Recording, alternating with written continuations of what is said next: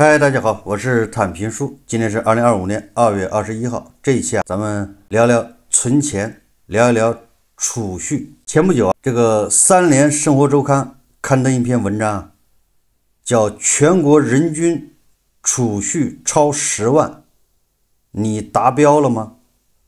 就是人均每个人10万，你如果是3口之家，那么应该是30万存款，就问你有没有达标。他这文章是这么说的啊，他说一生偏爱存钱的国人，储蓄规模再创历史新高。去年的全国人均存款额首次超过了10万元，也就是2024年超过了10万。实际上我的印象里面，高储蓄率的国家不光是中国啊，好像东亚都这样。东亚地区，也就是说什么日本、韩国、港澳台都差不多，连越南好像也爱存钱。我有的时候在想，这是不是农耕民族、农耕文化导致的？或者这种叫农耕文化时间太长，导致了大家偏向储蓄。他这文章这么说，他说如果以一个3口之家计算，意味着家庭存款超过30万元才算勉强达到了平均水平。我记得有个专家不说了，咱们每个家庭拿出50万很轻松，大家有印象吧？哪个专家名字忘了。后来网上也有说你正常的家庭连5万拿出来都很难。这些说法我怀疑都是对的，只不过他选的样本，如果说你在上海、在深圳这一线城市，如果一个家庭拿50万存款出来，这个恐怕也符合事实。但是你要到3线城市、4线城市，你让一个家庭拿5万现金出来，恐怕也挺难的。就看我们的对象。按照央行发布的2024年金融统计数据，去年全国住户人民币存款增加14.26万亿元。结合统计局的数据2023年年底我国住户人民币存款余额137万亿，这就意味着去年年底我国住户人民币存款余额达到了151万亿，对应14亿人口总数，我国人均存款余额为10.7万元左右。显然把我们也跟马云搁到一块平均了一下，把我们和那些上海买豪宅的、日光盘的、一套房5000万的、20万1平米的，把我们跟他搁一块平均了一下，就我们沾光了。反过来说，就是我们拖后腿了。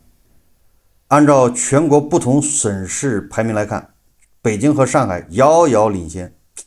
北京的住户人均存款32.5万元，上海的人均存款25万元。所以说北京，你说一个家庭拿50万，那专家说的确实没错啊。如果以3口之家来计算，北京的家庭平均存款几乎接近100万元，上海家庭平均存款75万元。对于京沪两地人民，如果达不到这个存款水平，就算是拖了帝都和魔都的后腿。中国民众一向偏爱存钱，最近几年更是达到了一个高峰。在疫情爆发之前，我国居民每年新增存款大概为8万亿元上下，但是2020年疫情爆发之后，居民新增存款迅速突破10万亿元大关，尤其是2022年，当年新增存款更是接近18万亿元，同比猛增80%。到了2024年，新增存款速度虽然有所放缓，但也依然保持在绝对高位。去年的人均存款更是首次突破10万元。说一个值得深思的问题是，当前经济增速放缓，为什么民众的存款还可以高速增长，人均存款甚至创下了历史新高？普通人的存款到底从何而来？他这个问题也挺好。咱们老说经济这个低迷，增速慢，那按道理大家收入在下降，因为也在降息，也在裁员，那怎么居民存款还增加了，创了历史新高？我们看他怎么说的他说，在当前经济形势下，民众的存款还能够保持增长，更多还是靠节衣缩食得来，也就是勒紧裤腰带攒下来的。以2024年数据来看，去年我国住户人均存款同比增长超过 10%， 但是去年人均可支配收入增速只有 5.3%， 存款速度远超正常人。这就意味着对大部分民众而言，存款的增长主要是通过压缩开支得来的。社会消费品零售总额这个指标印证了民众消费水平的降低。从2019年到2024年，我国的社销增速从 8% 一路放缓至 3.5%， 这显示出民众的消费越来越节省。以此来看，民众存款年年增长，很大程度上还是靠消费降级来实现的。我觉得这个说的还比较靠谱，因为去年咱们老是说上海一线城市有几个现象，大家还记得吧？第一个就是餐饮，北京、上海的餐饮居然赔钱，规模以上的餐饮企业利润是负的。我有印象，上海是一共是1000多家还是2000家，就是豪华餐厅啊，倒了一半，这不就充分说明大家在吃上面在节约吗？是北京的宝马的5S 店居然关门了，这不就说明北京的中产在节约吗？对吧？他就是开了宝马，他也不去 4S 店、5S 店去保养，都去汽配城，那你只能说明这个问题啊。北京还有很多奥迪 4S 店也关门，这个奔驰、宝马、奥迪都是中产的标配。以前经济好的时候，他们把车都送到 4S 店去保养，那现在 4S 店倒了，只能说明他们不去 4S 店保养，他们去汽配城，这就是消费降级。因为 4S 店很多收益， 4S 店的利润很多是来自于售后保养，卖新车其实赚不了多少钱，卖新车主要是靠什么？靠按揭贷款返佣。从这两个现象就可以看出，北京的和上海的消费是不是在降级？但是你看上海的存款也在增加，那正好验证了3联生活周刊说法，你北京、上海人存款增加是靠节约，少吃少花，这个似乎也成立。我们接着看他的文章这么说，他说对于普通民众而言，人均存款越来越多，意味着财富积累越来越丰厚，将来抵御风险的能力越来越强。对个人而言，当然意味着好事。不过，经济学上有个说法叫做合成谬误，大意是说，对于个体有利的选择，对于整体可能并没有好处。这个合成谬误，我们在2023年、2024年提的比较多。那意思我们这个好像在口罩期间说的也比较多。单个的政策看好像是对的，每一个单独的政策看都没毛病，把它合到一起，发现出了大问题，叫合成谬误嘛。那到存款这样也是的，对我们个人来说啊，你存款是对的，但是如果每个人都这么存款，对这个整体对国家来说，似乎这经济又出了大问题。但是文章打了一个比喻，他说啊，比如一个人在戏院里踮起脚看戏，可以让自己看得更清楚，但如果每个人都踮起脚来，这种好处就消失了，而且每个人都会看得很累。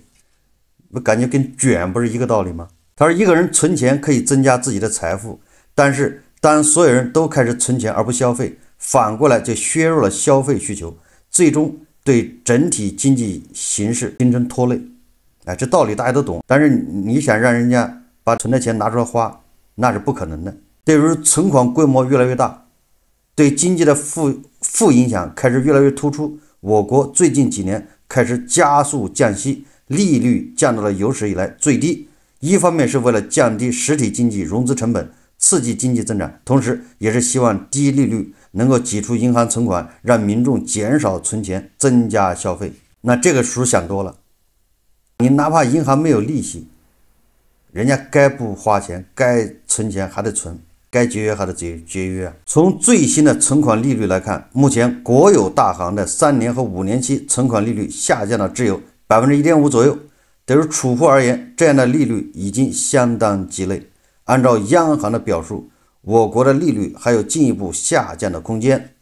随着我国进入史无前例的低利率时代，由于偏爱存钱的国人而言，现在就将不得不面临一个重大挑战，那就是手上的资金到底还要不要存银行。我觉得这个不是挑战，低利率时代和你存不存钱这没有什么冲突。也就是说啊，我们存款的大部分它是一种安全保障，它不是说我存钱是因为冲那利息来的。如果说我们的存款都是冲利息来的，那你说你调低利息，别人就会考虑我是不是不存了。我们大部分存款都是冲着养老、冲着保障来的，除非你解决了我们后顾之忧，养老、医疗这些，那才有可能会花钱。在低利率的打压之下，从去年开始，我国已经开始出现了存款分流的迹象。2024年存款虽然创出新高，人均超过10万元，但是从增长速度来看，已经明显放缓。2022年和2023年，我国居民新增存款分别是18万元和17万元，但是2024年新增存款只有14万元，依然是保持增长，但是增速显著放缓。这个我倒是觉得这个文章说的恐怕有问题了。我们22年、23年这个新增存款18万元和17万人均，但是24年只有14万元，那就这个恰恰说明咱们裁员降薪，收入低了。虽然你靠勒紧裤腰带，但是你的增速还是慢。但是文章他认为我们增速慢是因为我们把钱拿去消费了，去干别的了。这个说法不对，他前面已经说了怎么是靠勒紧裤腰带才存了这么多钱，他下面又说我们也在消费，显然有点矛盾。正确的理解应该是我们存钱的速度慢了，是因为我们收入下降了，我们又是裁员又是降薪，勒紧裤腰带节约的那个速度比不上你收入下降的速度，所以我们存钱的速度就慢了。对于普通民众而言，如果不将钱存进银行，钱又可以放在何处呢？说从去年来看，在低利率的挤压之下，普通民众的存款主要分流到理财市场。2024年国内理财市场规模增长了3万多亿元，增长了12%。这显示出由于存款利率实在太低，民众不得不重新拥抱风险略高但收益也略高的理财产品。这个我觉得确实是这样。就以我们为例，我3年前就提倡存工行，啥也别干。但是是不是从去年，应该从10月份开始，对，我们就提倡，如果你钱多，你就要鸡蛋不要放在一个篮子里面，就要讲究一个配置，前提是你的钱还比较多。你说10万、8万、20万的，那你就存工行算了，不要折腾。怎么配置呢？我记得我在会员节目里面说的比较多，实际上就是把你的资金分成2份，50%存工行，存定期不要动，剩下的50%一半拿来买人民币基金，一半换成美元，买美元的货币基金，因为风险是 R1， 虽然有那么一点风险，但是风险还是比较低的，是大家能承受的，但是它的收益比存款要高。做这样一个配置，前提是你有钱，让你这些钱并不急着要用。如果你一共就10万块，你的全换成美金，这实际上是一种赌博，这不叫配置。你配置要合理，你可以应付突发状况。你刚才这种配置，如果你急需要钱，你马上就可以把你的人民币基金、那货币基金给它抛掉，你就有钱了。这种是可以应付突发状况。如果说你不急着用钱，你一直这么放着，你也不在乎它涨跌。你比如美元有一点风险，你比如说你是7.3换的，它现在变成7.2了，说不定还要往下跌，这都说不好。但是你要换了美元之后，你买的是，比如说你存在江苏银行、南京银行，这个利息是4%，有的是4.5%。首先你是赚它的利息，其次呢，你只要你不急着用这个美金，你可以不换它，反正你不到7.5，你不到8，我就不换，就这么简单。因为你也用不到它，你就死拿着，到期就接着存。如果存款利率低了，那我就买货币基金，这叫配置，否则你叫赌博。所以刚才说到理财，我再强调一下，我们要学会资产配置。我做这样的调整，就是考虑到咱们的利率要无限接近于零。你说我们会不会负利率？这我不敢说，不清楚。但是你说它无限接近于零，这是肯定的。现在人民币在升值，我想恐怕很快就要降息，他就趁着这个升值的时候给它降一下，对冲一下。现在是个降息的时间窗口，有可能2月底3月初。我们接着看，他说2022年我国理财市场开始实施资管新规，理财产品不再能诺保本保收益，理财规模在2022年和2023年连续2年出现萎缩。进入2024年之后，随着存款利率屡创新低，理财市场收益率优势开始凸显。2024年银行理财平均收益率是 2.65%， 虽然并不算高，但和存款相比，大概有1个百分点的优势。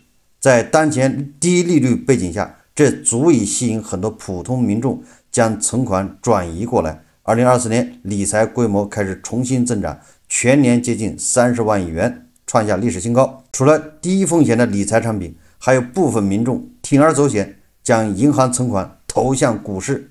2024年 A 股市场新开户数将近2500万户，增长了17%。原因在于，由于存款利率实在太低，加上去年9月份 A 股突然爆发一波行情，吸引了部分资金进入股市一搏。这个2024年9月份入市的这些资金，应该是被套着的，现在应该是没有赚钱的。现在那些说自己赚钱的，大部分恐怕是以前进去的，9月份以前进去的，9月份以后进去的，应该绝大部分都在赔钱，恐怕也少部分人运气好，蒙对了，现在暂时赚了钱。他说，不过无论是理财还是股市，对存款的分流，并不会从根本上改变国人存钱的主旋律。说的太对了，国人根深蒂固的存钱偏好，深层原因在于骨子里对未来的不安全感。这个就是农耕文明恐怕是特有的一种现象。只要这种安全感不消失，将来存款利率即使降到更低，存款规模还是会继续增长。去年的人均存款超过10万元，这只是一个开始，将来的数字还会更高。不过由于国人存款不是靠高收入得来，而是靠挤压消费换来，本质上是牺牲今天的生活质量，换取明天的安全保障。说的太对了啊！所以存款的提高并不意味着生活质量的提高。这里我要说一说我个人的理解，为什么说农耕文明他喜欢高储蓄？因为农耕你农作物有周期性，一年四季，你什么时候播种，什么时候收割，什么时候结出果实，那是老天给你规定了。他跟那游牧民族不一样，游牧民族的问题啊，游牧民族就是你比如说他今天饿了，他可以杀只羊吃吃，他杀这只羊不在乎说今天是冬天还是秋天还是夏天还是春天，无所谓，杀羊跟季节没关系。但是农作物不一样，你说你现在想吃米，它米还没成熟，稻子还在田里面，还没播种下去，你这个时候如果没得吃了怎么办？饿死。当然了，你可以到山上采果子，搞点野草充饥。所以你看，今年的收割和明年的收割中间还差1年，要么就是差半年，要么差几个月，中间总有空档。那这个空档期怎么办？他只能储蓄，把那粮食想办法存起来。这是1年里面他还留种子啊，这都是农耕文明需要解决的问题。这是1年里面你要存，完了，因为这个农业主要是靠天，风调雨顺，所以它总有这么积年、灾年，还有丰收的年份。风调雨顺这3年，说不定后面这2年又是大干、大旱或者是大水灾，你粮食又是颗粒无收，那你怎么度过呢？你为了应对这些，必须要存各种吃的东西，挖地窖，对吧？想办法把它晒干、风干，想办法去应对这种灾年。所以我觉得啊，这农耕文明对存东西啊，对存钱度过这种青黄不接，那是一种必然的选择。所以农耕文明越长的地方，它的储蓄率越高。即便我跟你说啊，你记得给他保障的再好，他还要存钱。你比如说日本、韩国，你不能说他政府保障不好，日韩是发达国家，他们保障还是非常不错的，但是他们的存款储蓄率那是非常高的，跟咱们差不多。这个恐怕是刻在基因里面带来的，没有办法。游牧民族的问题在哪儿？游牧民族的问题就是天灾，一场什么雪灾，这动物全死了，那对他们来说就是灭顶之灾。但是具体到我们现在，我们的储蓄率这么高，那某种程度上跟你的保障还是有关系。也就是如果我们的社会保障做得更好一点，更完善一点，那我们的储蓄恐怕还要降一降。大家花钱还是比现在要多一些，所以跟社会保障还是有关系。也就是说，我们要提高社会保障，完善社会保障，那么我们的存款恐怕还是可以再降一降，消费可以再增加一些，但这个空间到底有多少，这个不好说。我们更大的原因，3联生活周刊也说出来了，实际上我们存款为什么高，还有一个原因就是我们投资渠道不畅。投资渠道不畅，最主要的就是优质资产少。所谓的金融圈里面叫资产荒，搞金融的他喜欢用资产荒来形容。什么叫资产荒？就是没有好的资产，没有能持续产生收益、提供升值的这种资产。相反，我们的资产都在缩水，贬值。你看那万达广场是不是越来越不值钱？搁以前这是优质资产，它现在不值钱，一样的道理。我们说俗一点，就是你投什么赔什么。你买了一栋房子，它也在缩水；你买了个住宅楼，它也缩水；你买了一个商场，它也缩水。你买啥它都缩水，那你谁敢买？没人敢买，那就你就投资渠道就少，所以最后逼着什么呢？逼着去买货币基金、债券，是吧？最主要的是投资渠道太少，优质资产越来越少，是吧？你盯着人家利息，人家盯着你的本金，你钱投下去就没了。不光是理财，你实体也一样。你开个饭店，你就开个小店，实体店，那都得赔钱。